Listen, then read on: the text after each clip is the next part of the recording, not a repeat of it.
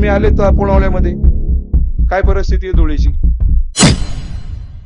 ते air purifier लावले चौकात, ते चालू आहेत का? हे करण्यामागचा हेतू फार स्वच्छ आहे, या शहरातली हवेचा दर्जा सुधारायचा. म्हणजे आपल्याला कामाची लिस्ट करत असताना कुठेतरी पाणी आणि पर्यावरण आणि पोल्युशन ह्याच्यात सुद्धा आपल्याला चांगलं काम करण्यासारखं आहे आणि ते आपल्याला करावं लागेल. तुम्ही आले तर पुणवल्यामध्ये काय परिस्थिती आहे धुळीची?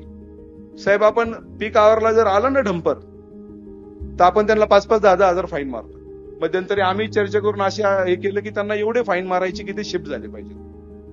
परंतु मध्यंतरी डंपर खाली येऊन ह्याच्या खाली येऊन एवढे निष्पाप लोकांचे बळी गेले. काल परवा एक विनोदी वस्तीवर पण गेला. म्हणजे पीक आवरला आल्यानंतर म्हणजे पर्यावरणाचं एवढा सिरियस विषय आहे, त्यासाठी आपण किती खर्च करणार? ते एअर प्युरिफायर लावले चौकात, ते चालू आहेत का? म्हणजे मला वाटत नाही भूमकर चौकातला एअर प्युरिफायर चालू आहे. फक्त मला चालू दिसतो महापालिकेच्या समोरचा. त्याची स्क्रीन चालू आहे, ती स्क्रीन दाखवतीये. हे करण्यामागचा हेतू फार स्वच्छ आहे, या शहरातली हवेचा दर्जा सुधारायचा. पण ते करत असताना आपण जो खर्च केलाय त्याच्यावर, तर त्या प्रमाणात ते उपकरणं चालू आहेत का? ती वाढवावी लागतील का?